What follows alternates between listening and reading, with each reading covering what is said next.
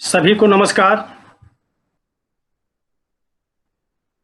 गंगा कावेरी व्याख्यानमाला के इस आज के 45वें व्याख्यान में मैं जयशंकर तिवारी लाल बहादुर शास्त्री महाविद्यालय गोंडा के हिंदी विभाग की ओर से, पोम्पई कॉलेज एकड़ा मंगलुरु कर्नाटक के हिंदी विभाग की ओर से और मंगलुरु विश्वविद्यालय हिंदी अध्यापक संघ की ओर से आप सभी का इस कार्यक्रम में हृदय से स्वागत करता हूं। मित्रों, जैसा कि आप में से काफी लोगों को पता है कि पिछले वर्ष 31 जुलाई को प्रेमचंद जी की जयंती के अवसर पर यह कार्यक्रम प्रारंभ हुआ था। आज हम 45वें व्याख्यान के पड़ाव पर हैं। ये हमारी 45वीं श्रृंखला है और आज के हमारे मुख्य वक्ता हैं डॉक्टर सुनील कुमार जी, जो गुरु नानक देव विश्वविद्यालय अमृतसर पंजाब में हिंदी विभाग में सहायक आचार्य के पद पर कार्यरत हैं और एक प्रतिष्ठित एकेडमिशियन हैं। हम उनका आज के इस कार्यक्रम में हृदय से स्वागत करते हैं।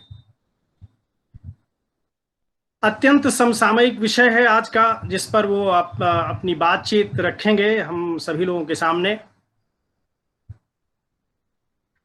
कोविड-19 या कोरोना महामारी का समाज पर किस तरह का प्रभाव, साहित्य पर किस तरह का प्रभाव पड़ा है, एक शोक का वातावरण, एक दुख का वातावरण, एक बीमारी और महामारी के वातावरण में रहते हुए किस तरह की स्थितियां पैदा हुई हैं, इन पर वो विस्तार से अपनी बातें करेंगे।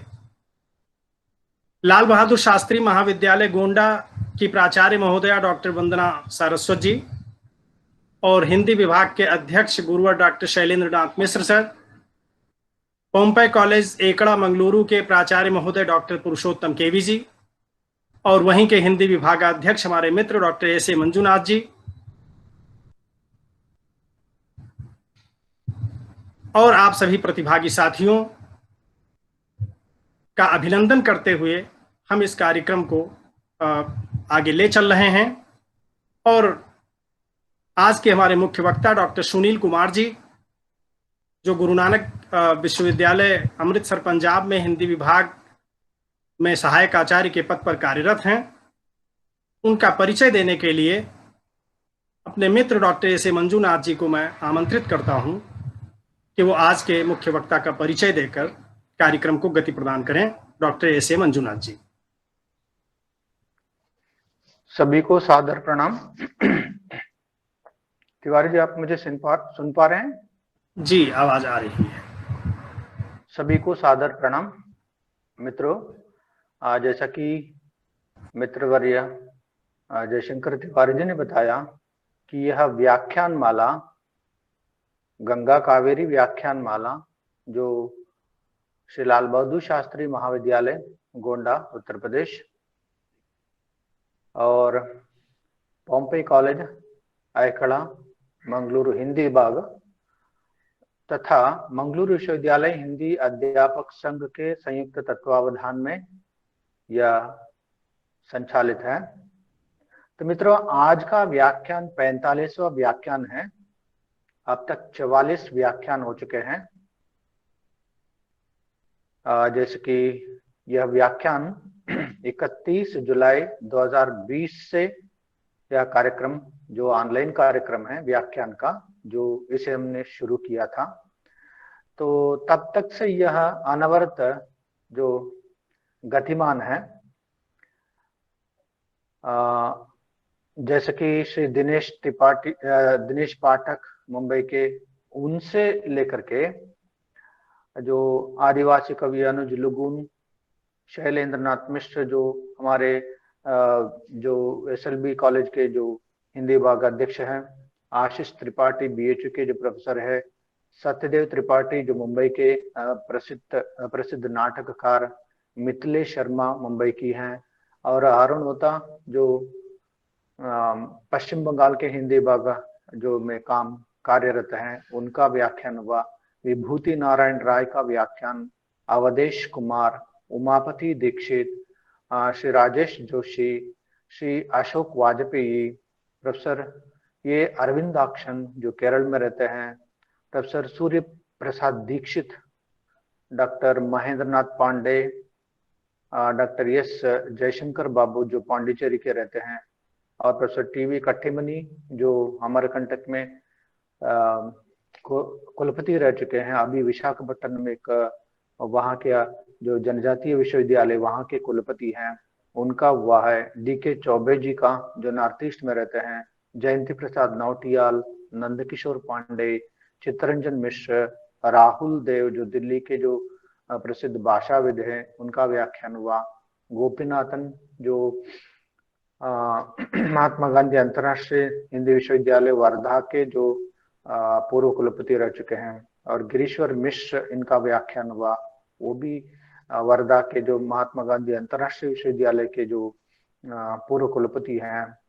श्रीमती सुधा अरोड़ा मुंबई में रहती है, साहित्यकार हैं। शिवमूर्ति जो उत्तर प्रदेश के जो वरिष्ठ साहित्यकार, इनका व्याख्यान हुआ। सुरेंद्र नारायण सक्सेना और भगवान दास मोरवाल जो हिंदी के प्रसिद्ध उपन्यासकार साहित्यकार हैं। प्रमोद कोपरथ जो कैलकट में रहते हैं। लीलाधर मंडलोई हिंदी के वरिष्ठ कवि। विजय कुमार भारती, प्रोफेसर अच्युतन, दामोदर खड़से जो महाराष्ट्र के हैं, और अमरेंद्र कुमार शर्मा, महादेव टोप्पो जो आदिवासी कवि झारखंड में रहते हैं, रोहिणी अग्रवाल दिल्ली, और अनामिका जी जो हिंदी के वरिष्ठ कवयित्री है, जयंती प्रसाद नौटियाल, भवानी। इस प्रकार के जो व्याख्यान गंगा कावेरी व्याख्यान में संपन्न हो चुके हैं। तो अभी मित्रों, आज का व्याख्यान हमारे जो अमृतसर में गुरु नानक देव विश्वविद्यालय जो है, वहां के हिंदी के associate professor doctor Sunil Kumar ji का व्याख्यान आज का है। तो आज के मुख्य व्याख्यान जो देने के लिए हमारे साथ उपस्थित है डॉक्टर सुनील कुमार। उनका मैं संक्षिप्त, उनका विस्तृत परिचय है, फिर भी क्योंकि समय की जो पाबंदी है उससे देखते हुए मैं संक्षिप्त परिचय आपके सामने प्रस्तुत करने का प्रयास करता हूं। डॉक्टर सुनील कुमार पिछले 12.5 वर्षों से अमृतसर में गुरु नानक देव विश्वविद्यालय के हिंदी विभाग में एसोसिएट प्रोफेसर के रूप में कार्यरत हैं। उनकी शैक्षिक योग्यताएं बहुत लंबी है, एनईटी, जेआरएफ, पीएचडी, पीजीडीसी, और उसके बाद पीजीडी, जेएमसी, पीजीडीसीए, इस तरह के जो उनकी जो शैक्षिक योग्यताएं हैं। उन्हें मानद डीलिट उपाधि भी प्राप्त हुई है। उनकी सक्षम देखरेख में अब तक 4 पीएचडी और 48 एमफिल डिग्री जो प्रदान हुई है उनके देखरेख में, उनके मार्गदर्शन में। अब उनके मार्गदर्शन में 6 जो विद्वान अभी पीएचडी का जो शोध कार्य कर रहे हैं। उन्होंने राष्ट्रीय और अंतर्राष्ट्रीय पत्रिकाओं में 90 से ज्यादा जो शोध पत्रिकाएं, जिसके रिसर्च जर्नल जो कहते हैं, रिसर्च आर्टिकल जो कहते हैं, उनको उन्होंने प्रकाशित करवाया है। उनकी अब तक 3 किताबें भी प्रकाशित हो चुकी हैं। उन्होंने स्वतंत्र लेखक के रूप में कई प्रतिष्ठित समाचार पत्रों और पत्रिकाओं में लेख लिखे हैं, और उन्हें अखिल भारतीय रेडियो और दूरदर्शन पर नियमित रूप से जो आमंत्रित किया जाता है कार्यक्रम प्रस्तुत करने के लिए। उन्होंने राष्ट्रीय और अंतर्राष्ट्रीय सेमिनार और सम्मेलनों में, वेबिनार में, इस तरह के जो कार्यक्रमों में 50 से अधिक शोध पत्र इन्होंने प्रस्तुत किए हैं। उन्होंने बहुत सारे जैसे कि एफडीपी, लघु उपाधि, इस तरह के जो अलग अलग विश्वविद्यालयों से जो आयोजित होने वाले जो रिफ्रेशर कोर्सेस हो, या ओरिएंटेशन कोर्सेस हो, या चार्टम जो इस तरह के कोर्सेस जो होते हैं, उन सभी कोर्स में उन्होंने जो इसके पार्टिसिपेशन किया है। उन्हें कई पुरस्कार और सम्मान मिले हैं। वे विभिन्न विश्वविद्यालयों, संस्थानों के मूल्यांकन और उसके साथ साथ अमृतसर में board of controller, board of studies, drama club में प्रभारी, और पीडब्ल्यूडी के समान अवसर सेल के नोडल अधिकारी, और उसके साथ साथ ड्रामा क्लब के मेंटर, संस्कृति समिति के सदस्य भी अभी है। आज के हमारे व्याख्यान में इनका विषय होगा कोरोना के इनका विषय, आज का विषय जैसे कि हम सभी देख रहे हैं, उस महामारी से हम प्रभावित है, हमारी व्यवस्था सभी प्रभावित है। कोरोना का समाज और साहित्य पर प्रभाव इनका आज का विषय है। तो मैं अपनी ओर से और सभी जो प्रतिभागियों की ओर से इनको फिर से मैं स्वागत करता हूं। धन्यवाद। धन्यवाद डॉक्टर एस ए मंजुनाथ जी, आज के मुख्य वक्ता डॉक्टर सुनील कुमार जी का परिचय देने के लिए। और अब मैं बहुत ही आदर के साथ स्वागत करते हुए आज के मुख्य वक्ता गुरु नानक देव विश्वविद्यालय अमृतसर पंजाब में हिंदी विभाग के जो सह आचार्य हैं उनको आमंत्रित करता हूं कि आज के वक्तव्य विषय कोरोना का समाज और साहित्य पर प्रभाव, इस विषय पर अपना वक्तव्य प्रस्तुत करने की कृपा करें। डॉक्टर सुनील कुमार जी, आपका हृदय से स्वागत है। जी तिवारी जी, बहुत बहुत आभार। और चूंकि हिंदी का एक अध्यापक हूं तो परिचय की बहुत खास विशेष जरूरत नहीं थी, लेकिन जहां तक मैं अब सुन पाया कि आप गंगा कावेरी व्याख्यान माला का जो है 45वां व्याख्यान आयोजित हो रहा है, और डॉक्टर एस ए मंजुनाथ जी ने बताया कि अभी तक किन किन महानुभावों ने इस श्रृंखला में व्याख्यान दिया है, और वो जो सब नाम है वो हिंदी जगत के नामचीन लोग हैं, नामवर लोग हैं, जिन पर हिंदी भाषा आज गर्व करती है। तो उस कड़ी में, उस श्रृंखला में मैं अपने को बहुत छोटा महसूस कर रहा हूँ, छोटा पा रहा हूँ। लेकिन फिर भी चूंकि अब बातचीत करने का अवसर मिला है, तो अपनी तरफ से संवाद रचाने का जो भरपूर प्रयास रहेगा। तो इस कार्यक्रम के जो आयोजक हैं परम आदरणीय doctor Shailendra Nath Mishra ji, doctor Jaishankar Tiwari ji, doctor S A Manjunath ji, और दोनों ही प्रतिष्ठित महाविद्यालयों के यशस्वी प्राचार्य हैं। तो आप सभी का अनेक अनेक धन्यवाद, आभार। इस कार्यक्रम की सूत्रधार जम्मू विश्वविद्यालय के प्रोफेसर डॉक्टर परमेश्वरी शर्मा, जिन्होंने जो है मंजुनाथ जी के विशेष आग्रह पर जो है वाया जम्मू, मैंगलोर, गोंडा वाया जम्मू और अमृतसर तक की यात्रा जो है तय हुई, और बड़े शॉर्ट नोटिस पर मुझे जो है आदेश निर्देश हुआ कि उक्त महत्वपूर्ण व्याख्यानमाला में मैं भी अपनी बात रखूं। तो आप सबने मुझे यह अवसर प्रदान किया, तो मैं आप सबका पुनः हृदय की गहराइयों से अनेक अनेक धन्यवाद ज्ञापित करता हूं। तो प्रतिभागी साथी मित्रों, आज का जो मेरी बातचीत का विषय है वह है कोरोना का समाज और साहित्य पर प्रभाव। मित्रों, चूंकि हम सब जानते हैं कि प्रकृति परिवर्तनशील है, समय समय पर प्रकृति अपना रूप बदलती रहती है। आप देखेंगे कि मौसम बदलते रहते हैं, ऋतुएं बदलती रहती हैं, और इन्हीं के साथ प्रकृति का रंग, रूप, दृश्य एवं प्रभाव भी बदलते रहते हैं। वास्तव में परिवर्तन संसार और प्रकृति का आवश्यक विधान है। मनुष्य ने भी परिवर्तन की उपयोगिता और जो उसकी आवश्यकता है उसको समय और परिस्थितियों के साथ बदलना प्रकृति से ही सीखा है। इस वैश्विक महामारी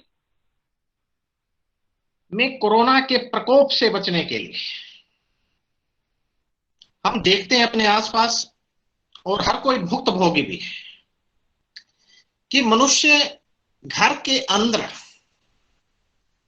एक प्रकार से सुरक्षा कवच में सिमट कर रह गया है। ऐसा करके जहां वह स्वयं अपने परिवार के साथ सुरक्षित रहता है, वहीं दूसरों को भी सुरक्षित रखता है। और इस वैश्विक महामारी के दौर में यह हम सबका सामाजिक दायित्व भी है। साथियों, इस समय मनुष्य की जीवन शैली में अगर हम देखें तो बहुत तेजी से बदलाव आया है। मनुष्य की जो दिनचर्या है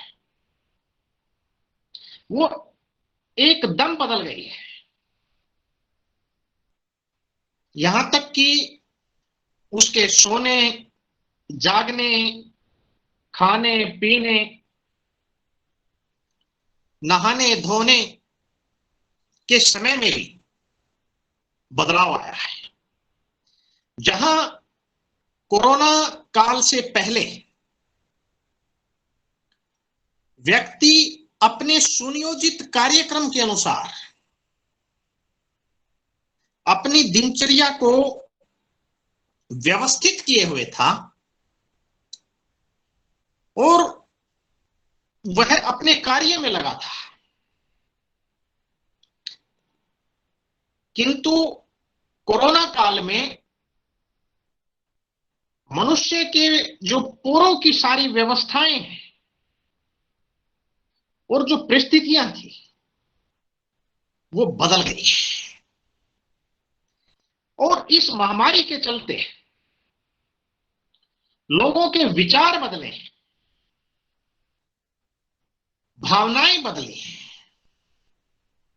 यहां तक कि अभिवादन के तरीके बदले। और ये सब बदलाव समय की दृष्टि से आवश्यक है और उचित है। पहले हम हाथ मिलाकर, गले लगकर या बड़ों के पैर छूकर अपने हृदय के जो उद्गार है या अपने हृदय का जो प्रेम है, स्नेह है, आदर है, उसको प्रदर्शित करते थे। हम भले ही पहले की तरह स्नेह और आदर जो प्रकट नहीं कर पा रहे हैं, किंतु यदि गौर से देखें तो हृदय में वे भाव पूर्व की भांति आज भी हमारे अंदर है। पहले हम सामान्यतः महिलाओं को दुपट्टे से चेहरा ढके हुए तथा हाथों में ग्लव्स पहने देखते थे। सामान्य रूप से ऐसा देखा जाता था। ऐसा वे त्वचा की सुरक्षा, धूल से बचाव और ये सब कारणों से करते थे। लेकिन आज समय बदला है, परिस्थितियां बदली। त्वचा की सुरक्षा के साथ साथ आज ये पहनावा कोरोना से बचाव के लिए भी बहुत जरूरी हो गया है। और यहां तक कि महिलाओं के साथ साथ पुरुषों में भी मुंह ढकना और ग्लव्स पहनना सामान्य रूप से आवश्यक और लाभदायक हो गया है। दोस्तों, शादी विवाह के तौर तरीके, उत्सव, तीज त्योहार, पूजा पद्धतियां और जो लोकाचार है, व्यवहार के मानक तरीके हैं, वे सब भी बदल रहे हैं। बदल रहे क्या? एक प्रकार से बदल गए। कोरोना काल में इस बदली हुई जीवन शैली से, जहां कोरोना से बचाव हुआ है, वहीं अगर हम ध्यान से देखें तो अनेक प्रकार की जो पारिवारिक तथा सामाजिक विषमताएं, विद्रुपताएं, वे सब भी उभर कर सामने आई। महामारी की व्यापकता के कारण आज हमारे सामने तमाम तरह की चुनौतियां खड़ी हुई। आप देखें कि कामगार श्रमिकों के विस्थापन ने एक सामाजिक चुनौतियां अगर हम देखें तो हमारे सामने उपस्थित हुई हैं। वहीं अगर दूसरी तरफ देखें तो कानून व्यवस्था की समस्या भी सामने आई है, लेकिन साथ ही कुछ उत्साहजनक चीजें भी मिली। जैसे अगर आप देखें कि पिछले साल लॉकडाउन में पर्यावरण में अभूतपूर्व सुधार के संकेत मिले। नदियों तथा पर्यावरण में एक खास तरह की स्वच्छता देखने को मिली। लेकिन साथियों, जो चुनौतियां होती हैं वो अवसरों में भी बदलती हैं। पहले की अगर हम बात करें तो हमारा जो मेडिकल इंफ्रास्ट्रक्चर था वह उतना मजबूत नहीं था। यहां तक कि N95 मास्क और पीपीई किट, वेंटिलेटर आदि ना के बराबर बनते थे। लेकिन अगर इसके बाद हम बात करें, देखें तो इसमें आश्चर्यजनक रूप से यह संख्या बढ़ी है। अभी कुछ दिनों पहले ऑक्सीजन की कमी की जो अव्यवस्था थी या जो किल्लत थी, उसने भी हमें बहुत कुछ सोचने समझने को मजबूर किया है। दोस्तों, आजकल शैक्षणिक गतिविधियां बंद हैं, लेकिन जो विद्यार्थी हैं वो विद्वानों के ऑनलाइन व्याख्यान घर बैठे सुन देख पा रहे हैं। पहले पर्यावरण शुद्धि के नारे ही गढ़ते रहते थे, किंतु आज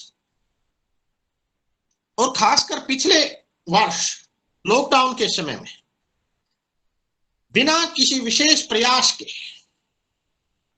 शुद्ध हवा मिल पाई थी।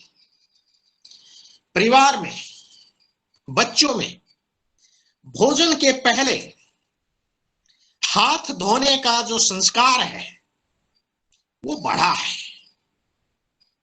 इसका कारण यह है कि आम जन में जागरूकता आई है। विभिन्न प्रकार की टेक्नोलॉजी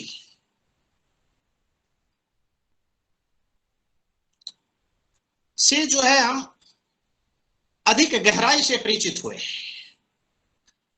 हमारे दैनिक जीवन में खर्च करना पहले की अपेक्षा कम हुआ है। हमें विश्वास है कि कोरोना का यह दौर एक नई दुनिया, एक नया विकास और एक नया भारत देकर जाएगा।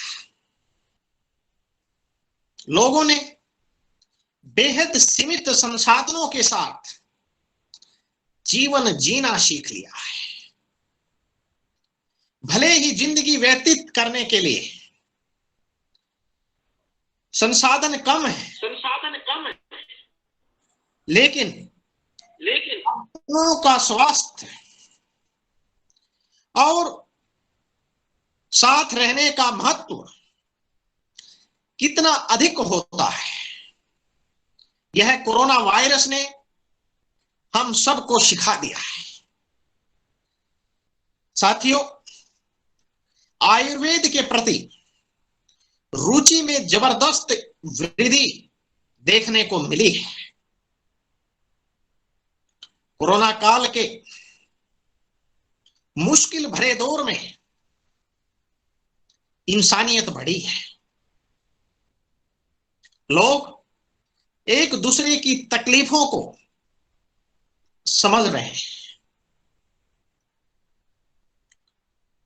वाकई कोरोना और लॉकडाउन का ये जो समय है, ये जिंदगी का एक अहम सबक हम सबको देकर गया है।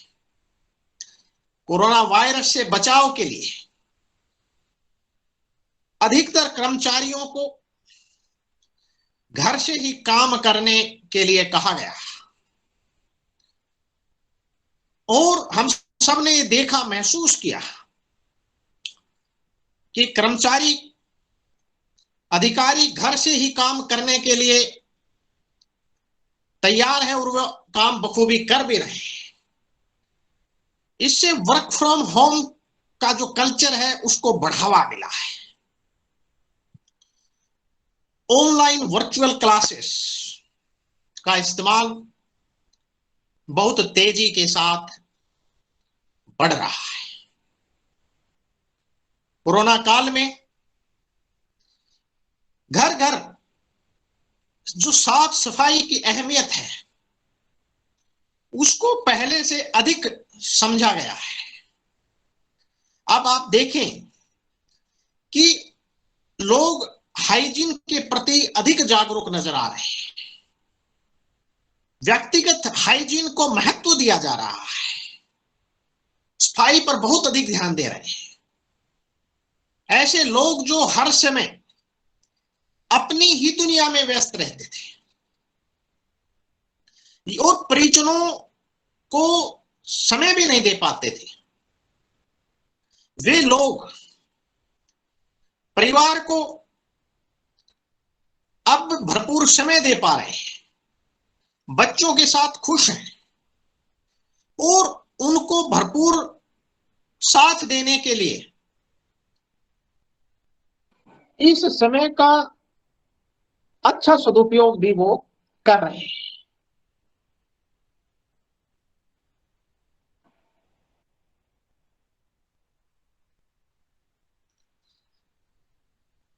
दूर रहकर भी रिश्तों को, दोस्तों को कैसे समझा जा सकता है, रिश्तों को कैसे बखूबी निभाया जा सकता है, ये हमने अनुभव करके देखा है। ऐसे लोग जिन्होंने अपनी दिनचर्या में ऐसी चीजों को शामिल किया था जो उनके स्वास्थ्य के लिए ठीक नहीं है या हानिकारक है, वे चीजें भी लोगों की इस दौरान एक प्रकार से छूट गई हैं। जो मनुष्य के लिए पहले जहर का काम करती थी, अब जो लोगों की गंदगी फैलाने की बुरी आदतें थी उन पर एक प्रकार से ब्रेक लगा है। पहले हम देखते थे कि लोग अपनी छोटी छोटी जरूरतों को पूरा करने के लिए मॉल्स या मार्केट का रुख करते थे, लेकिन अब कोरोना वायरस ने इस एक ऐसा डर हम सब के भीतर उपजा दिया है कि हम भीड़ भाड़ वाले इलाकों से परहेज करने लगे हैं, ऐसी जगहों पर जाने से कतराते हैं। और इससे जो ऑनलाइन खरीदारी है उसमें भी तेजी देखी जा रही है। मित्रों, कोरोना में सामाजिक दूरी एकमात्र उपचार तो नहीं, लेकिन बीमारी की जो भयावता है उससे सतर्क रहने का कारगर इलाज जरूर है। कोरोना काल में डॉक्टरों, नर्सों, सफाई कर्मचारियों और जो पुलिस कर्मचारी हैं, उनके प्रति जो सम्मान है वो लोगों की नजरों में बढ़ा है। और अगर हम एक चीज को महसूस करें, देखें कि स्वतंत्र भारत में पहली बार यह हुआ है कि जो सफाई कामगार हैं उनकी महत्ता को न केवल समझा गया, स्वीकारा गया, बल्कि यथोचित सम्मान भी दिया गया। आप देखें कि पिछले साल लॉकडाउन के समय में जो आपराधिक मामले थे उनमें गिरावट देखने को मिली।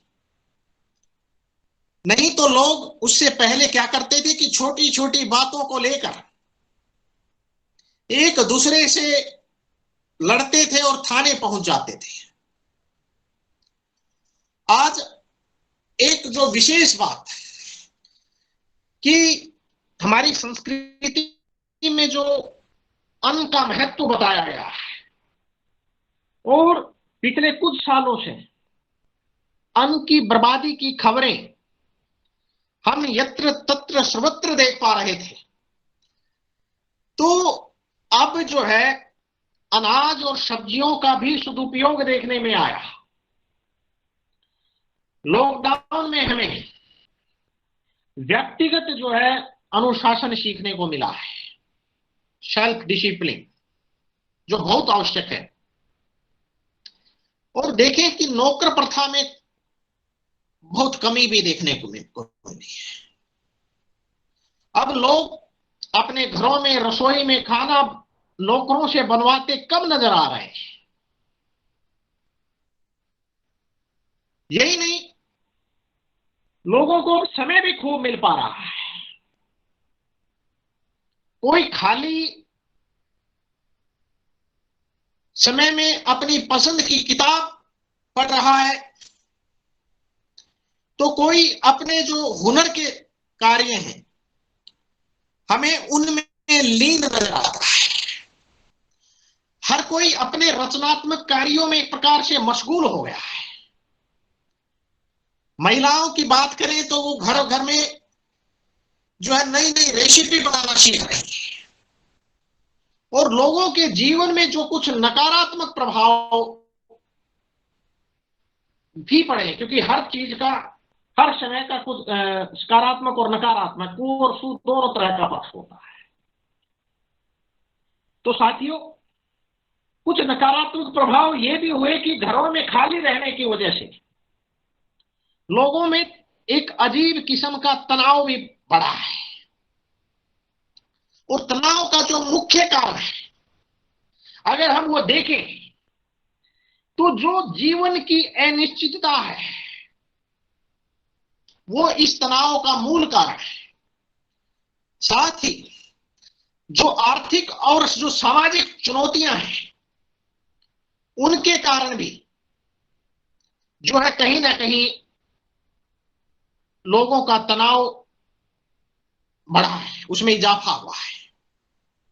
और इस वैश्विक महामारी ने जो जीवन की अनिश्चितता है उसको एक ही बार में बखूबी समझा दिया है।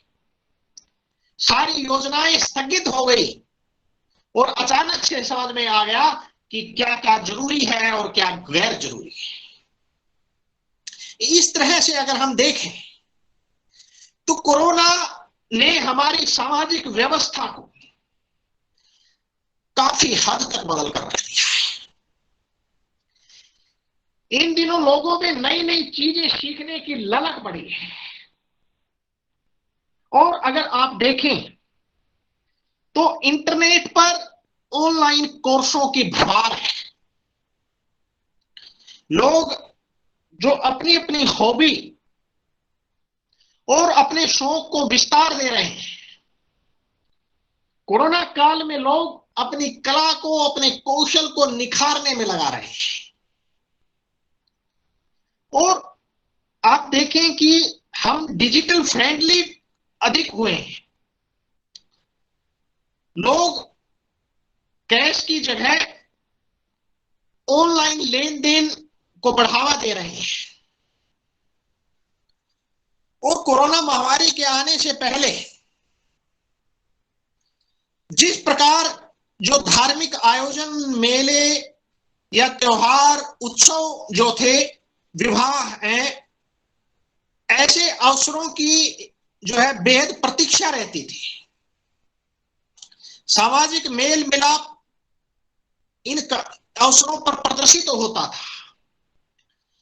तो अगर हम इस कोरोना वायरस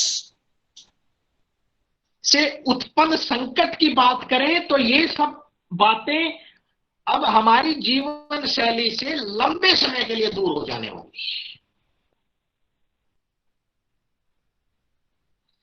मनुष्य में जीवन के प्रति ये भाव एक प्रकार से बढ़ता जा रहा है कि जीवन बहुत छोटा है।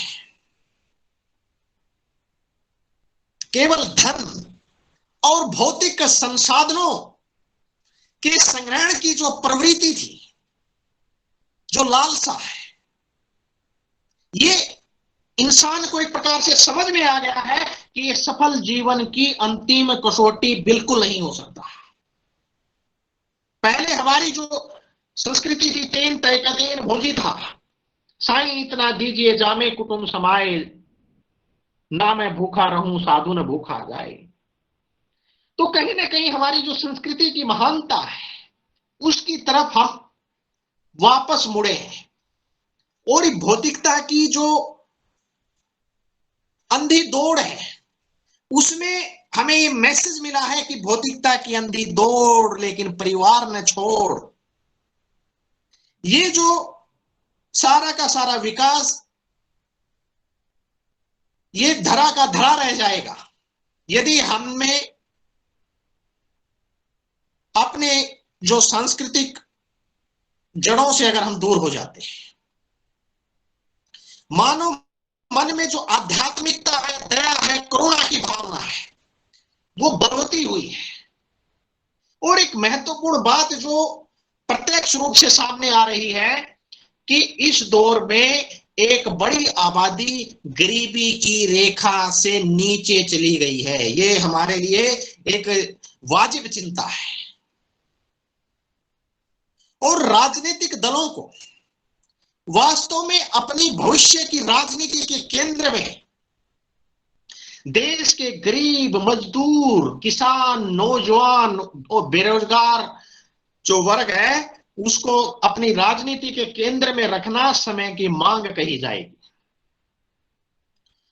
कोरोना के संक्रमण काल में उपभोक्ता का व्यवहार भी बदला है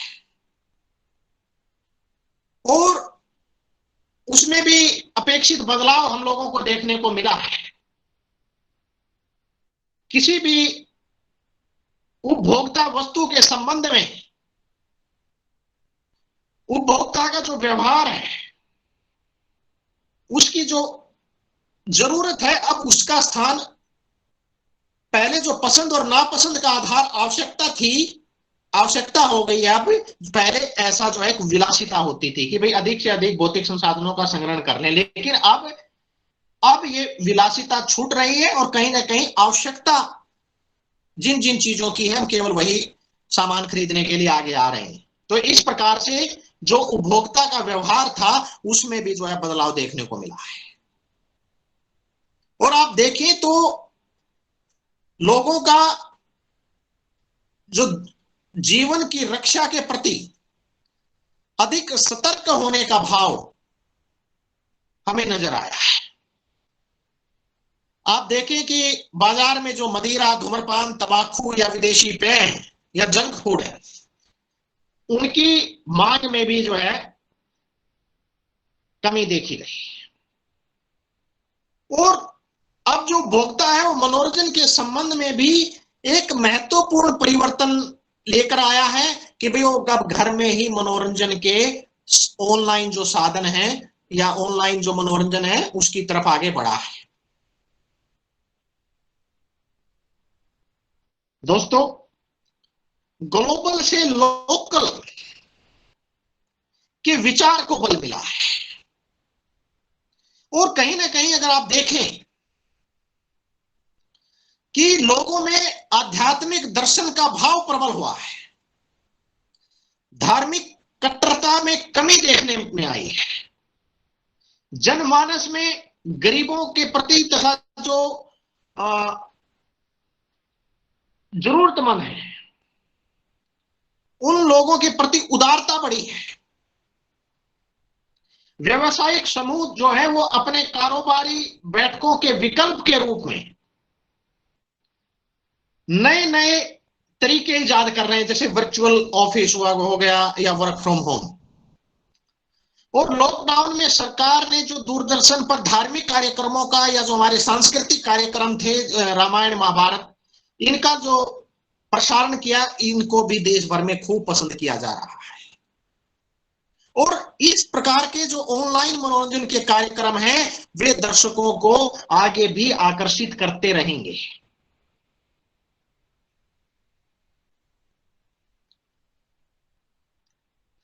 बीमारी से लड़ने के लिए जो छोटे छोटे उपाय किए जा रहे हैं वे जीवन का स्थायी हिस्सा बनेंगे, जैसे लगातार हाथ धोते रहना, सैनिटाइजर का प्रयोग करना, और यहां तक कि अगर आप देखें तो यात्रा का तरीका बदल रहा है और नमस्ते स्थायी हो रहा है। कोरोना ने हम लोगों को ये दिखा दिया है, सिखा दिया है कि जान है तो जहान है, बाकी सब मिथ्या है। और हमें इस विकट महामारी के दौर में भी सकारात्मक बने रहना होगा। आशा, धैर्य, संयम और विश्वास ही हमारा संबल रहे। हम जागरूक बने, सरकारी हिदायतों का, निर्देशों का पालन करें, इसी में हम सबकी भलाई भी है।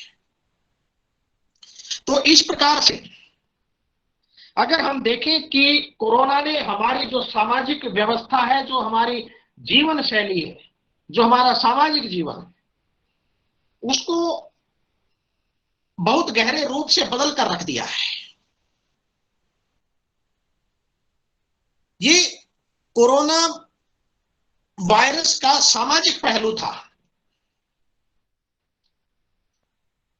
बहुत कुछ कहा जा सकता है, बोला जा सकता है, लिखा जा सकता है, क्योंकि ये सब हम लोगों की अब संवेदना का विषय हो चुका है, अब साधारणीकरण हो चुका है। यह पीड़ा व्यक्ति की पीड़ा नहीं, समूह की पीड़ा बन चुकी है। तो जिस तरीके से कोरोना ने समाज की प्रत्येक व्यवस्था को बदल कर रख दिया है, उसी प्रकार से कोरोना महामारी के संकट ने दूसरी चीजों की तरह साहित्य को भी प्रभावित किया है।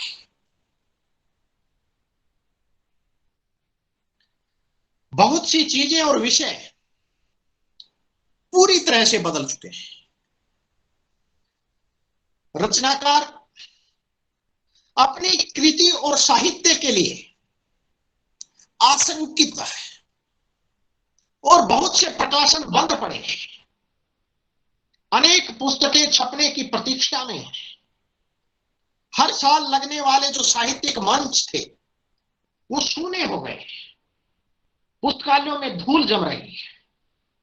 लेकिन विशेष बात यह है कि कोरोना वायरस ने लेखकों को लिखने के लिए नए नए बिंब दिए। रचनाकार के सोचने का तरीका और दृष्टिकोण बदला है। मित्रों,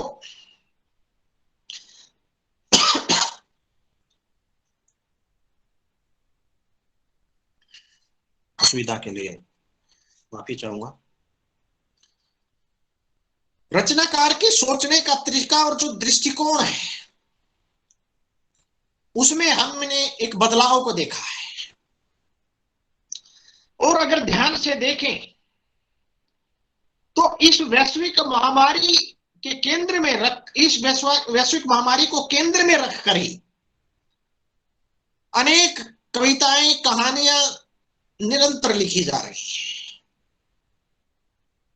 साहित्यकारों की जो निजी डायरी है, अब वो निजी diary corona diary, lockdown diary के रूप में बदल रही है।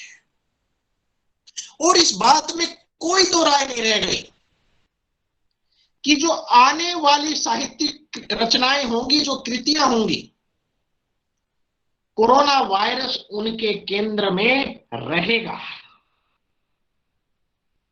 या उनके लिए बिंब का कार्य तो जरूर करेगा। और हम सब जानते हैं कि विश्व युद्ध के दौर में या उसके बाद की रचनाओं के केंद्र में हम उस त्रासदी के दंश को महसूस कर पाते हैं, हमें उसकी झलक मिलती है।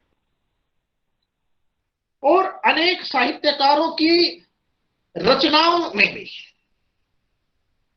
आपने देखा होगा कि विश्व युद्ध का जो प्रभाव है वो देखने में आता है। और यही स्थिति भारत विभाजन के बाद भी देखने को मिलती है। भारत विभाजन की जो सच्ची और मार्मिक तस्वीर उस समय की या उसके बाद की जो भारतीय साहित्य की कृतियां हैं या जो हिंदी साहित्य की रचनाएं हैं, हम उसमें ये सब देख पाते हैं। और जब कभी भी कोई भी आपदा विपदा आई, हैजा, चेचक, तपेदिक, मलेरिया, उन सब वैश्विक महामारियों के बाद का जो साहित्य है वो उन्हीं महामारियों की भयावता से उत्पन्न संकट की आहट और जो हमारी संवेदनाओं की जो तलाश वो हमें उन रचनाओं में मिलती है। इतिहास साक्षी रहा है कि किसी आपदा विपदा के दौर में साहित्य की अभिव्यक्ति कभी नहीं रुकी है, बल्कि साहित्य सृजन अबाध गति से जारी रहा। और कोरोना के कारण मिले अगर हम आपदा में अवसर का इस्तेमाल करते हुए नए और जो पुराने लेखक हैं वो अपने अपने आलेख, कविता या कहानी, गीत या व्यंग आदि को सोशल मीडिया पर प्रचारित कर रहे हैं। और कोरोना काल में साहित्य का संप्रेषण सोशल मीडिया के माध्यम से अभूतपूर्व तरीके से आगे बढ़ा है। मित्रों, पहले लोग अपनी पोस्टें साझा करने में संकोच करते थे, झिझक महसूस करते थे, किंतु आज ऐसा नहीं है। साहित्यिक संवाद, चर्चा, परिचर्चा के लिए कवि और लेखक विभिन्न प्लेटफार्मों पर लाइव आ रहे हैं। गंगा कावेरी व्याख्यान माला इसका जीता जागता उदाहरण है। आप सब देख रहे हैं, 1 साल होने को है। बड़ी संख्या में पाठक, विद्यार्थी और शोधार्थी इनमें प्रतिभाग कर रहे हैं। अब किसी खास मंच की उतनी जरूरत नहीं लग रही जितनी पहले महसूस होती थी। विशेषकर नए और जो अप्रकाशित रचनाकार हैं, उनके लिए तो यह अवसर, मैं कहूंगा, किसी वरदान से कम नहीं है। आलोचनात्मक प्रतिक्रियाएं भी सहज उपलब्ध हो रही हैं। इससे एक फायदा यह हुआ है कि पाठकों को जो अच्छा लगता है वे वहां ठहरते हैं, और जहां पर वो बोरियत महसूस करते हैं वहां बिना प्रतिक्रिया के आगे बढ़ने का अवकाश उनके पास रहता है। तो ये जो कोरोना का प्रभाव है साहित्य पर, कोरोना वायरस ने इस बात को भी अधिक पुख्ता किया है कि जो साहित्य का संप्रेषण है उसकी सफलता यही तो है कि हम दुनिया के किसी भी कोने में बैठे हों, अपना मोबाइल निकालिए, जो मन में आए लिख डालिए, और दुनिया के किसी भी कोने में कहीं भी बैठकर कोई भी पढ़े। तो इससे बेहतर साहित्य का संप्रेषण क्या हो सकता है। बेशक ये बहुत ही विकट दौर है, लेकिन हर किसी के लिए, हर किसी के जेहन में जो आसपास की त्रासद घटनाएं हैं और अपनों के खोने का जो डर है, जो दर्द है, वो मौजूद है। लेकिन फिर भी हमें इस भयावह संकट से उभरना होगा। हमें अपने भीतर की ताकत को जगाना पड़ेगा।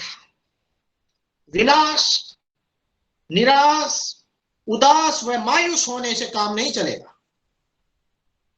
आज भी दोस्तों, अगर हम बात करें तो आज भी प्रेम है, आज भी सौंदर्य है, आज भी प्रकृति है, आज भी संवेदनाएं हैं, आज भी पूरी पृथ्वी सामने है, आज भी समूचा आकाश है।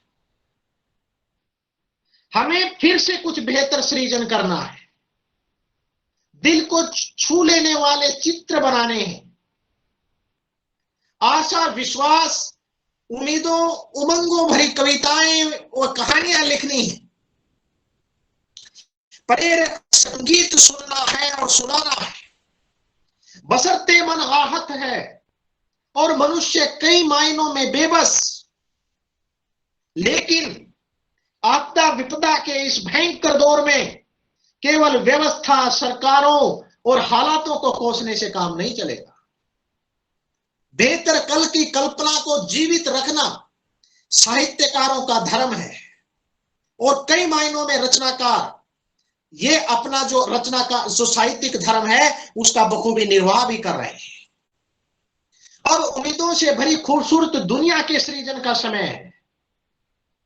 हमारा पूरा का पूरा प्रयास इस बात में हो कि संकट की स्थिति में हम न केवल खुद बाहर आए, आगे आए, बल्कि अपने परिचितों, मित्रों, पाठकों, श्रोताओं, दर्शकों को भी बाहर लाए। और मैं आप इन तीनों मतलब विभूतियों को इस विशेष प्रयास के लिए बार बार प्रणाम करता हूं, अभिनंदन करता हूं। डॉक्टर शैलेंद्र जी, डॉक्टर जयशंकर जी और डॉक्टर मंजुनाथ जी। अरे इसी की तो आवश्यकता आज हमें है।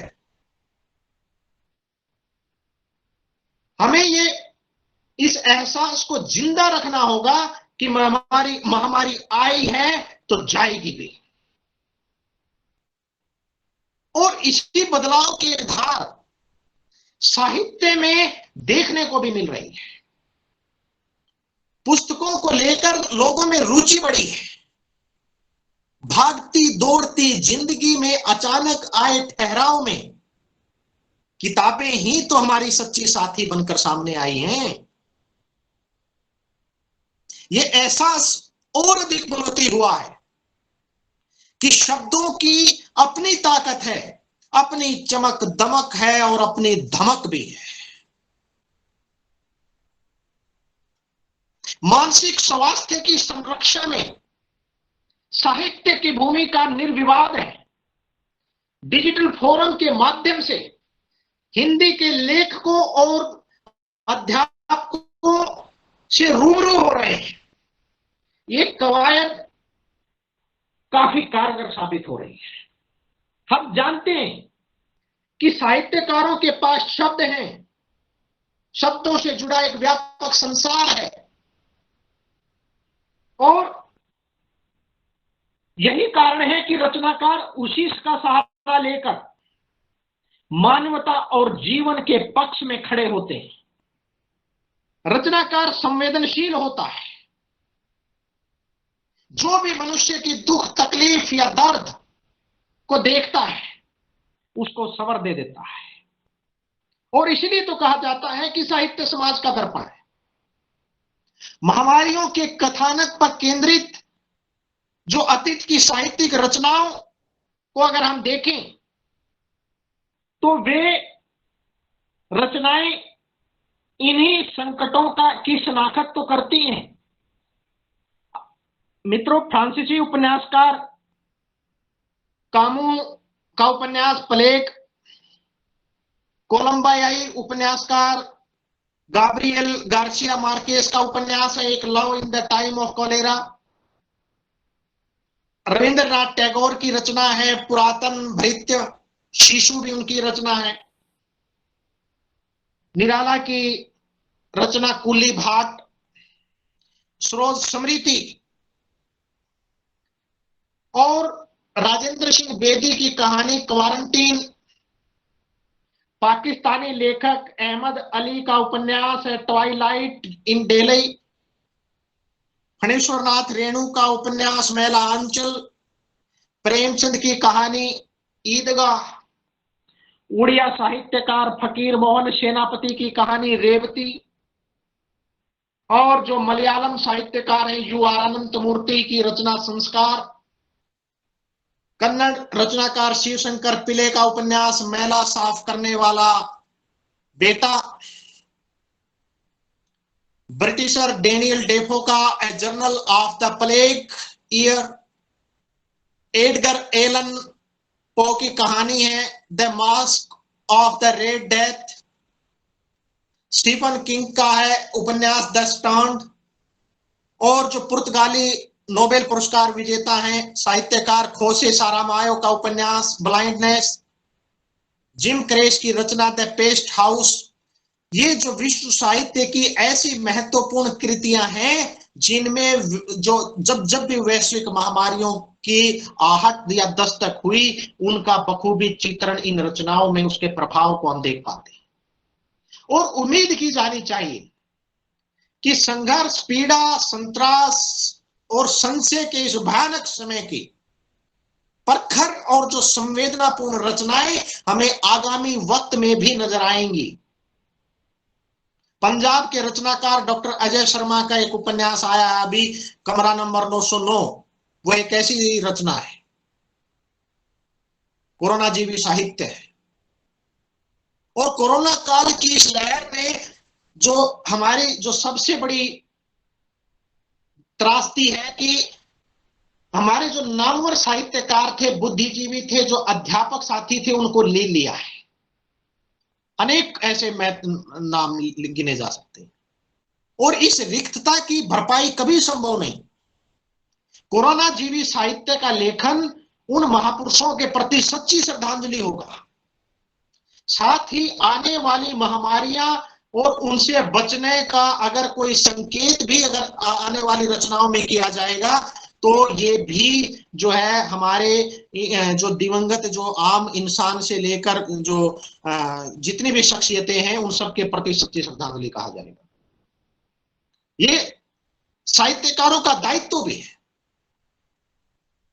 दोस्तों हम सब जानते हैं कि काव्य अमंगल का विनाश करता है और कल्याण का विधान करता है। अपने युग और समाज को अनिष्ट से बचाने के लिए अनेक कवियों ने काव्य रचनाएं लिखी हैं। कहा जाता है कि दिनकर ने युद्ध और शांति की लेकर कुरुक्षेत्र की रचना की और संपूर्ण संसार को शांति का संदेश देते हुए जो है युद्ध के अमंगल से बचाया। धर्मवीर भारती द्वारा रचित गीति नाट्य अंधायुग परमाणु अस्त्रों में निहित जो विनाश की विभीषिका है उससे विश्व को बचाने का प्रयास करता दिखाया जाता है। और कभी कभी व्यक्तिगत अमंगल को दूर करने के लिए काव्य रचनाएं की गई। कहते हैं कि संस्कृत के कवि मयूर ने कुष्ठ रोग से मुक्ति पाने के लिए मयूर स्तक लिखा था और उसी प्रकार गोस्वामी तुलसीदास ने हनुमान चालीसा की रचना, हनुमान बाहुक की रचना बाहु रोग से मुक्ति पाने के लिए की थी। और काव्य के पठन पाठन से भी अमंगल का विनाश होता है। अनेक लोग जो है रामचरितमानस, दुर्गा सप्तशती, महामृत्युंजय जाप और गुरु ग्रंथ साहिब का पाठ अमंगल के विनाश के लिए करवाते हैं। और आज भी इस वैश्विक महामारी के दौर में उम्मीद की जानी चाहिए कि शीघ्र ही हमें इस संकट से मुक्ति मिलेगी और ऐसी ही बेहतरीन रचनाएं हिंदी जगत को मिलेंगी और साहित्य की सार्थकता भी इसी बात में है।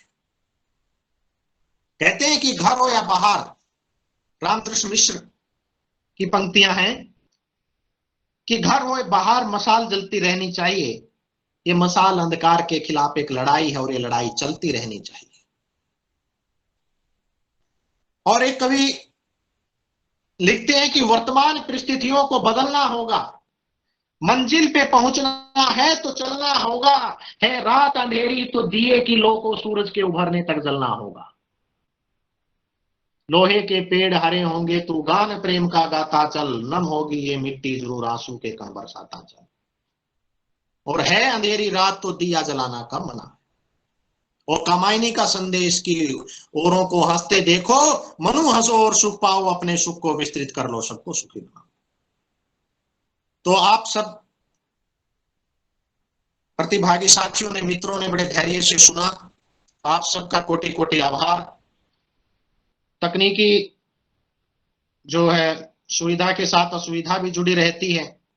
अगर मेरी बात आप तक नहीं पहुंच पाई हो या कोई असुविधा हुई हो तो उसके लिए मैं आपसे क्षमा प्रार्थी हूं और भविष्य में इन सब असुविधाओं का, असावधानियों का ध्यान रखा जाएगा। मुझे अवसर प्रदान करने के लिए आयोजकों के प्रति हृदय की गहराइयों से पुनः कृतज्ञता ज्ञापित करता हूं। आप सबका अनेक अनेक आभार। जय हिंद, जय भारत। बहुत बहुत आभार आपका। बहुत ही स्पष्ट ढंग से एक विस्तृत फलक पर पूरी बहुआयामिता के साथ, जैसा कि विषय था कोरोना का समाज और साहित्य पर प्रभाव, आपने उस पर विस्तार से ढेर सारी बातें आपने प्रस्तुत की, किस तरह से समाज पर उसका असर पड़ा है। और सबसे अच्छी बात ये रही कि आपने जो उसके सकारात्मक असर पड़े हैं उन पर अधिक बल दिया, नकारात्मक जो असर पड़े हैं उनका भी संकेत किया, उनकी भी बातें की। और साहित्य जाहिर है जब संवेदना को वहन करने वाला एक विधान है तो उस पर तो प्रभाव पड़ना स्वाभाविक है। और आपने ये बताया कि किस तरह से साहित्य का स्वरूप विकसित हो रहा है इस कोरोना काल में। तो बहुत ही सुंदर ढंग से, बहुत ही सारगर्भित ढंग से इस आज के वक्तव्य को प्रस्तुत करने के लिए हम आपके प्रति आभार व्यक्त करते हैं कि एक संक्षिप्त यानी शॉर्ट नोटिस पर या ये मतलब संक्षिप्त समय में निवेदन करने पर, अनुरोध करने पर आपने अपना कीमती वक्त निकाल करके गंगा कावेरी व्याख्यान माला के इस 45वें व्याख्यान में आप जुड़े और आपने इतनी महत्वपूर्ण बातें की। हम इसके लिए आपके आभारी हैं। हमारे साथ जो जुड़े हुए विद्वज्जन हैं, प्राध्यापक साथी हैं, शोधार्थी बंधु हैं, विद्यार्थी हैं, मैं उनसे प्रश्न आमंत्रित करता हूं कि अगर उनके प्रश्न हैं आज के वक्तव्य विषय से संबंधित तो वो सादर आमंत्रित हैं, अपना माइक्रोफोन ऑन करके वो प्रश्न पूछ सकते हैं। अगर कोई जिज्ञासा है या कोई चीज ऐड करना चाहते हैं, कोई चीज आपको लगती है तो आपका स्वागत है। सर मैं कहना चाहूंगी बहुत ही सुंदर जी आप तमिलनाडु से हैं डॉक्टर भवानी जी। हाँ जी, आप इसके पहले आपका वक्तव्य इस श्रृंखला में हुआ है, आपका स्वागत है मैडम। अभिनंदन। हाँ सर, आज का जो व्याख्यान रहा वास्तव में बहुत ही यथार्थपूर्ण, उन्होंने समाज पर होने वाला जो असर है और वो एकदम प्रासंगिक यही हो रहा है, और सुंदर ढंग से उन्होंने साहित्य पर जो प्रभाव पड़ा है ना, उस पर किसी ने ध्यान नहीं हुआ। नए नए बिंबों का उत्पन्न होना, नए नए सोच का आना, ये सारी बातों को उभार करके जो उन्होंने यहाँ पर व्याख्यान दिया है, वाकई में बहुत ही सुंदर रहा सर, बहुत ही अच्छा रहा। मैं उनको साधुवाद देती हूँ बहुत ही सुंदर व्याख्यान के लिए। गंगा कावेरी ये व्याख्यान माला में आयोजकों सभी को, आपको, मंजुनाथ जी को, मिश्रा जी, सभी को मैं हृदय से आभार प्रकट करती हूँ सर। आपकी ये यात्रा शुभ हो और आपको मैं शुभकामनाएं देती हूँ। बहुत ही अच्छे सुंदर ढंग से आप लोग आयोजन कर रहे हैं। मैं ज्वाइन हो गई हूँ आपके ग्रुप में क्योंकि हर बात मैं सुनना चाहती हूँ। बहुत अच्छा व्याख्यान रहा और साधुवाद देती हूँ आज के व्याख्यान माला के लिए, जो उन्होंने समाज और साहित्य पर प्रभाव बहुत ही प्रासंगिक ढंग से आपने कहा है सर। आपको मैं साधुवाद देती हूँ, बहुत अच्छा रहा। Thank you sir. बहुत बहुत धन्यवाद डॉक्टर ए भवानी महोदया। आपने हमारा उत्साहवर्धन किया और आज के मुख्य वक्ता के सुंदर वक्तव्य के प्रति अपना साधुवाद ज्ञापित किया। और हमारे जो प्रतिभागी साथी तिवारी जी हमारे मित्र धन्य कुमार जी है, बोलना चाहते हैं। जी स्वागत है। धन्य कुमार जी बोलिए। धन्य कुमार जी।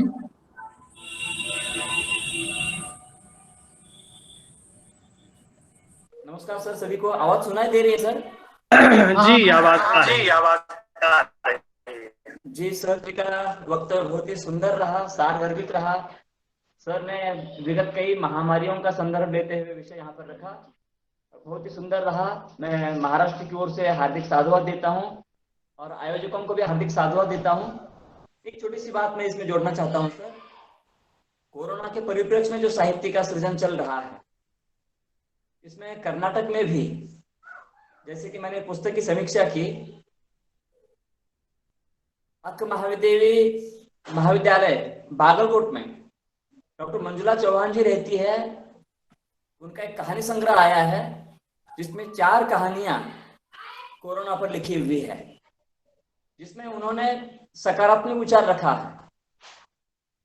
पहले हर एक मनुष्य के मन में संदेह होता है कि मैं किसी व्यक्ति को लिफ्ट क्यों न दूं, उसकी सहायता क्यों करूं, परंतु स्वयं लेखिका के मन में विचारों में परिवर्तन आया, मानसिकता में परिवर्तन आया और तुरंत उन्होंने बात तय की कि नहीं, व्यक्ति चाहे कैसा भी क्यों न हो, उसकी सहायता करना हमारा धर्म है, हमारा कर्तव्य है। ये कहते हुए उन्होंने 4 कहानियों का सृजन किया है। साथ में एक अनपढ़ व्यक्ति, गांव का एक बुजुर्ग, कि जिसने कोरोना के प्रारंभिक काल में ही ग्रामीण भाग में मास्क के रूप में दुपट्टा लपेटने का विचार शुरू किया। लोगों ने उसकी ओर आनाकानी की, उसकी अवहेलना की, उसकी निंदा की, परंतु कोरोना का प्रकोप जैसे जैसे बढ़ता जा रहा था, वैसे वैसे उस वृद्ध व्यक्ति के, अनपढ़ व्यक्ति के मास्क को देखते हुए लोगों ने फिर से मास्क पहनना शुरू किया। ऐसी कहानी उन्होंने लिखी है। और साथ में सर ने कहा, लेकिन फिर भी मैं कहना चाहता हूँ, कोरोना नामक एक उपन्यास आ गया है नीरजा माधव जी का, बहुत ही सुंदर उपन्यास है। और हरियाणा में रहने वाले एक मेरे मित्र हैं बलवीर सिंह जी, उनकी एक डायरी है, मैंने उस डायरी पर भी समीक्षा लिखी है। डायरी का शीर्षक है खबरदार बाहर कोरोना। 25 मार्च 2020 से लेकर 30 जून 2020 तक जो भी गतिविधियां हुई है, जो भी हालात उन्हें नजर आई है, उन्होंने डायरी के रूप में वहां पर पूरा अंकन किया है। मुझे ऐसा लगता है कि खबरदार बाहर कोरोना है, यह डायरी न होते हुए एक प्रशासनिक हो या पारिवारिक हो, एक दस्तावेज के रूप में वो डायरी हमें यहाँ पर नजर आती है। ऐसी बहुत सारी रचनाएं यहाँ पर नजर आ रही है। लेकिन मैं कहना चाहता हूँ सुनील सर जी का वक्तव्य बहुत ही सुंदर रहा। मैं सर जी को दूसरा जोड़ो जरूर देता हूँ और आयोजकों को भी धन्यवाद देता हूँ। बहुत बहुत धन्यवाद सर। सर मेरा एक प्रश्न है, जैसा आपने कहा कि सोशल मीडिया पे तो क्या सोशल लिखा जा रहा है उसे साहित्य की श्रेणी में रखा जाएगा? वो अभी बोल रही है, चल रहा है आवाज। दर्शन करें। छोटे भैया से जोड़ो। अरे खुला, ये भी तो चला गया नीचे।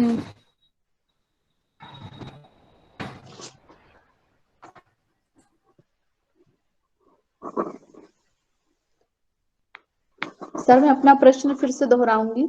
जैसा कि आपने कहा कि वर्तमान समय में सोशल मीडिया पे बहुत कुछ लिखा जा रहा है, तो क्या सोशल मीडिया पे जो कुछ लिखा जा रहा है उसे साहित्य की श्रेणी में रखेंगे या रखना चाहिए?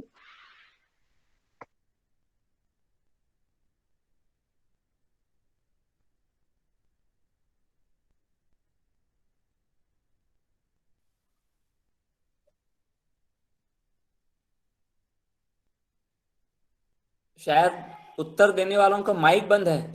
मंजुनाथ सर जी, अनुमति हो तो मैं बताऊं सर? हाँ बताइए। जैसे कि हमारी बहन ने अभी प्रश्न किया कि सोशल मीडिया पर जो साहित्य सृजन हो रहा है क्या वो प्रमाणित माने या न माने।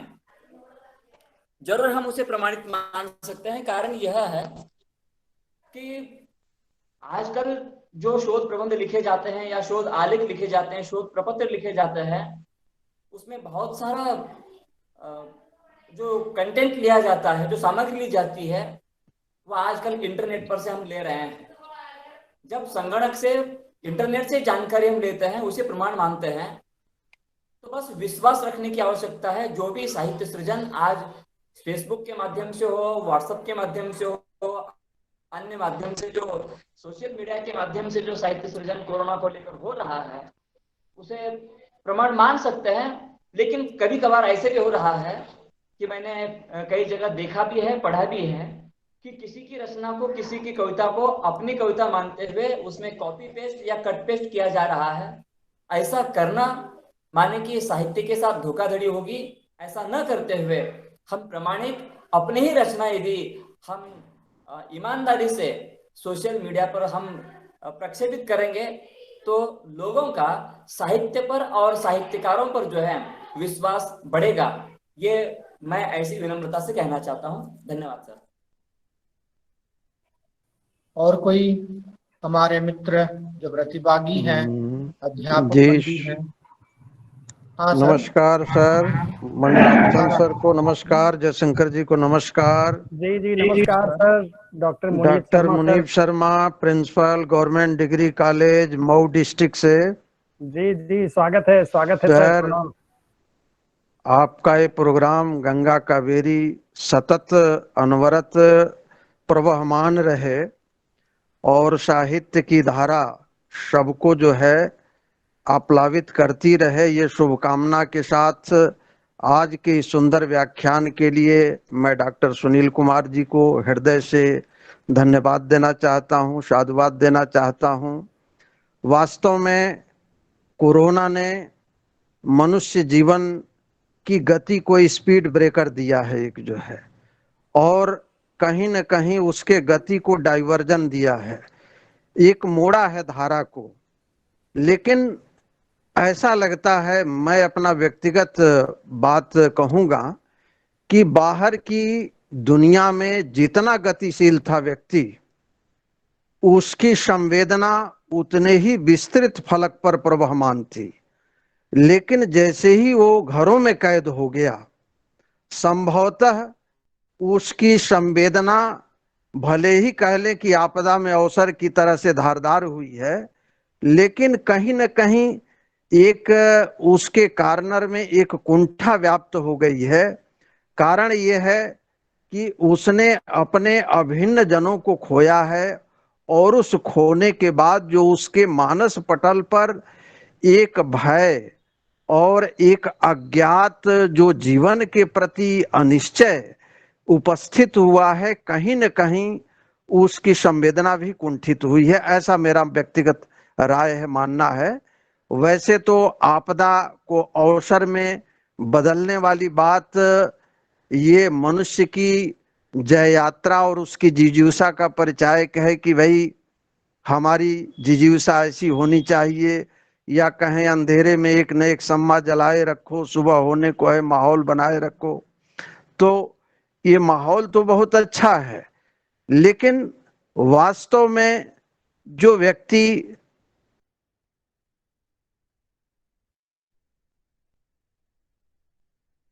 सर आपका माइक म्यूट हो गया है, अनम्यूट कीजिए,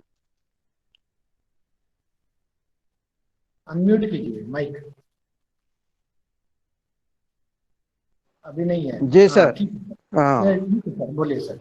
तो इसमें कहीं न कहीं व्यक्ति का व्यक्तित्व सिमट करके सिकुड़ करके रह गया है, और ये निश्चित रूप से धारा बदली है लेखन की, वैचारिक धरातल पर, आर्थिक धरातल पर, यूं कहें राजनीतिक धरातल पर, सारे फलक पर इसके प्रभाव, चाहे सुप्रभाव कहें या दुष्प्रभाव कहें, देखने को मिला है। लेकिन कहीं न कहीं एक व्यक्ति अपने को सिकुड़ा और कुंठित सा अनुभव कर रहा है, क्योंकि जैसे हम घरों में उब जाते थे तो बाग बगीचे में जाते थे, खुली हवा में सांस लेते थे और अपने को फ्रेशनेस महसूस करते थे।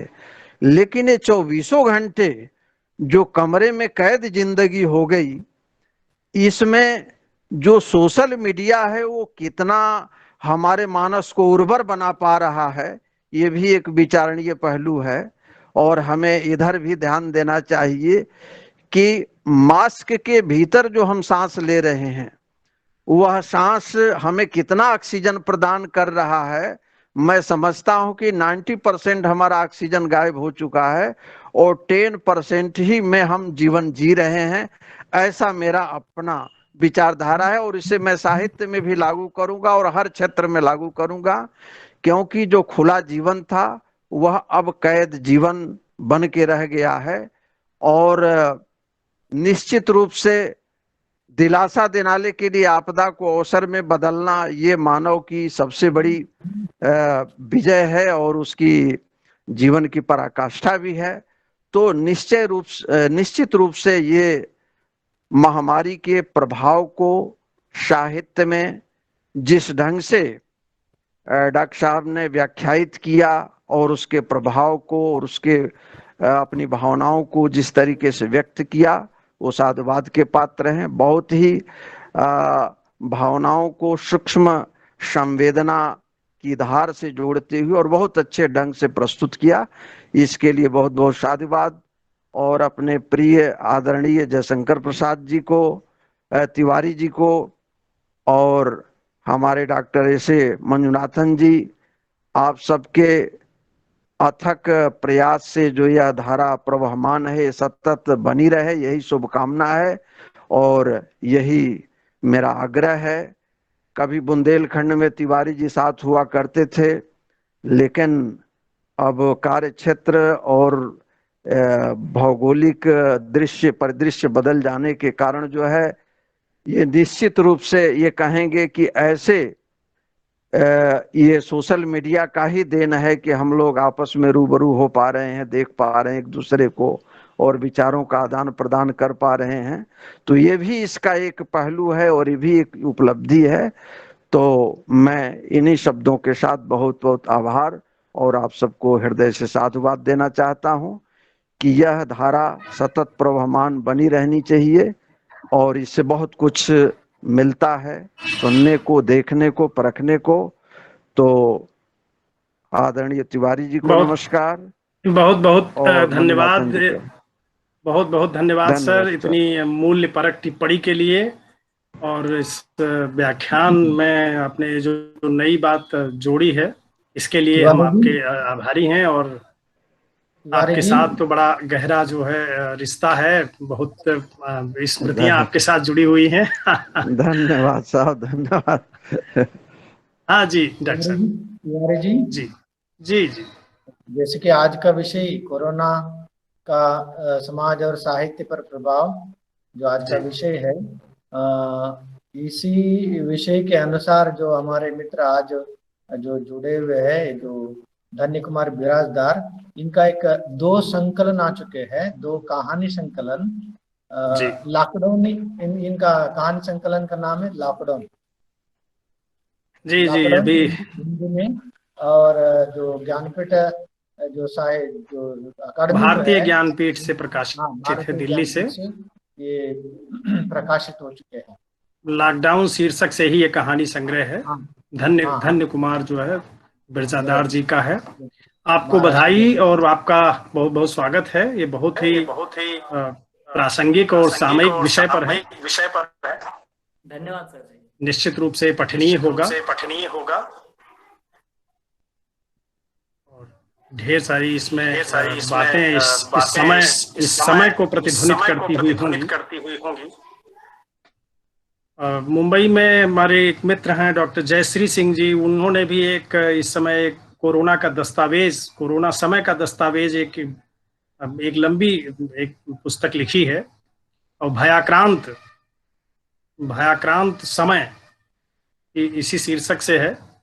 तो इस तरह का साहित्य में अभी हमारे मुख्य वक्ता ने ढेर सारी कृतियों का नाम रखा हम लोगों के सामने कि जो लगातार लेखन किया जा रहा है।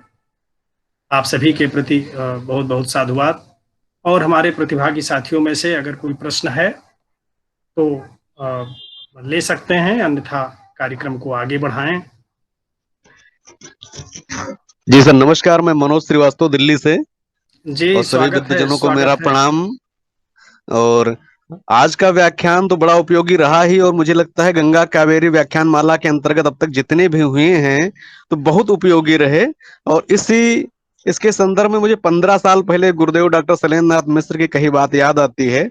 हम लोग विद्यार्थी काल में थे, तो एक दिन कुछ लेखन की बात हुई, तो सर ने कहा कि आप लोग इस बात को गांठ बांध लें कि अभिव्यक्ति से पहले अनुभूति आवश्यक है। तो ये गंगा कावेरी व्याख्यान माला अनुभूति कराने में जो है विभिन्न विषयों के, विभिन्न प्रांतों के बड़े रचनाकार विद्वान, उनसे जो इस माध्यम से मिलना हुआ, सुनना हुआ, ये बहुत ज्यादा उपयोगी रहा है। एक बहन ने प्रश्न किया अभी कि जो हम सोशल मीडिया पे साहित्य लिखते हैं प्रमाणिक है कि नहीं है। तो इसी व्याख्यान माला के अंतर्गत पिछली बार जब मैं डॉक्टर निर्मला जैन से मिला था, तो उन्होंने कहा कि प्रकाशन की कला बड़ी पुरानी हो चुकी है, 300 वर्ष हो गए हैं, और सोशल मीडिया नया माध्यम है। तो जो लिखते हैं आप और अच्छा लिखते हैं लगता है, उसको सोशल मीडिया पे प्रकाशित कीजिए और किसी पब्लिकेशन के चक्कर में न रहिए। और रही बात प्रमाणिक की, तो आज नहीं प्रमाणिक है तो अगले कुछ वर्षों प्रमाणिक हो जाएगा। इस उम्मीद के साथ हम अच्छा लेखन सोशल मीडिया पे भी कर सकते हैं। और एक बार पुनः सभी विद्वान साथियों को मेरा प्रणाम। धन्यवाद मनोज कुमार श्रीवास्तव जी। आपने तो डॉक्टर निर्मला जैन मैडम के यहाँ जा करके बड़ी लंबी दूरी की यात्रा करके उस व्याख्यान को, जो कि निर्बाध नहीं हो सका था, संभव बनाया था। जितना भी अच्छा लगा आपकी टिप्पणी सुन करके। और हमारे कोई प्रतिभागी साथी कुछ कहना चाहते हो तो आपका स्वागत है। कुछ पूछना चाहते हो, कोई सवाल है, कोई जिज्ञासा है?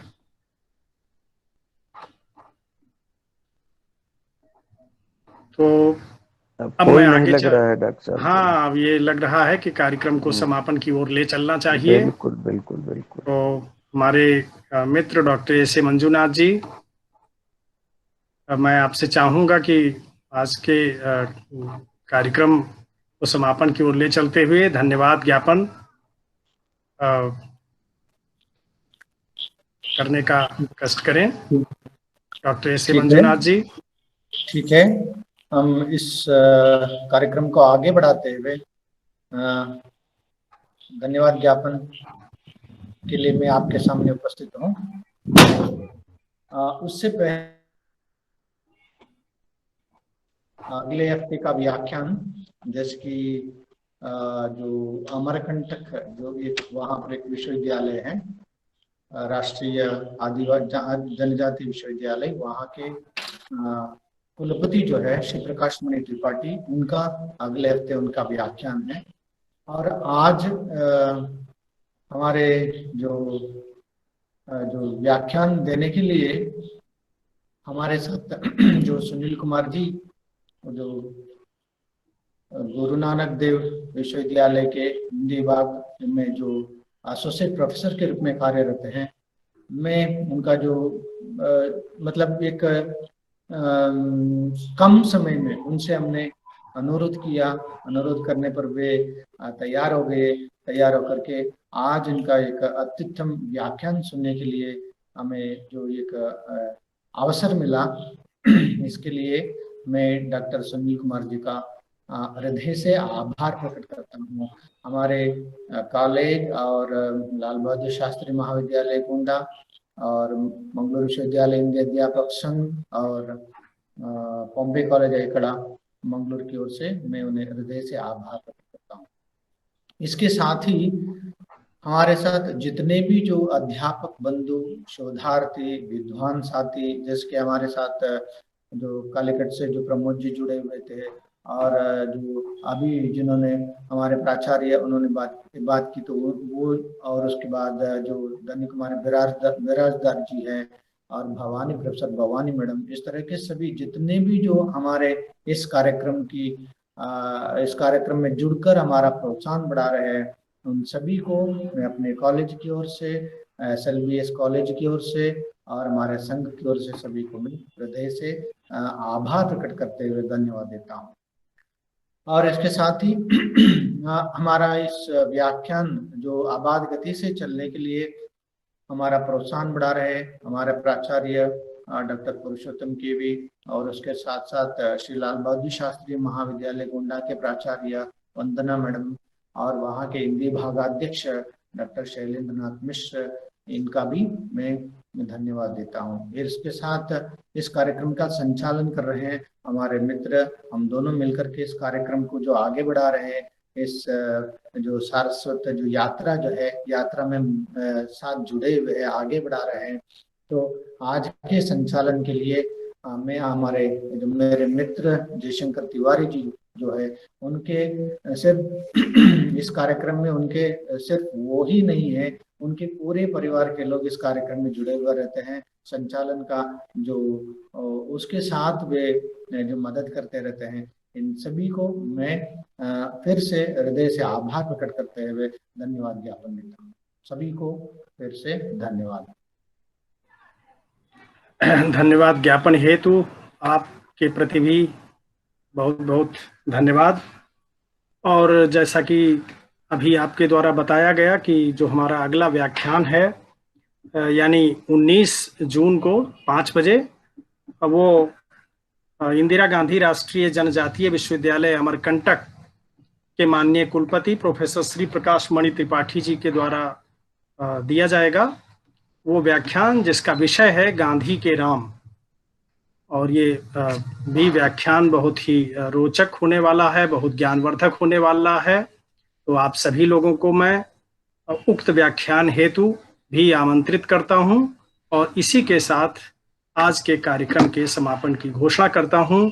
और अब आज के मुख्य वक्ता डॉक्टर सुनील कुमार जी, जो गुरु नानक देव विश्वविद्यालय अमृतसर से जुड़े और अपना कीमती वक्त निकाल करके इतना बेहतरीन व्याख्यान दिया, मैं उनके प्रति विशेष आभार व्यक्त करते हुए और सभी प्रतिभागी साथियों के प्रति बहुत बहुत आभार, बहुत बहुत प्रणाम। और इसी के साथ कार्यक्रम के समापन की घोषणा करता हूं। धन्यवाद।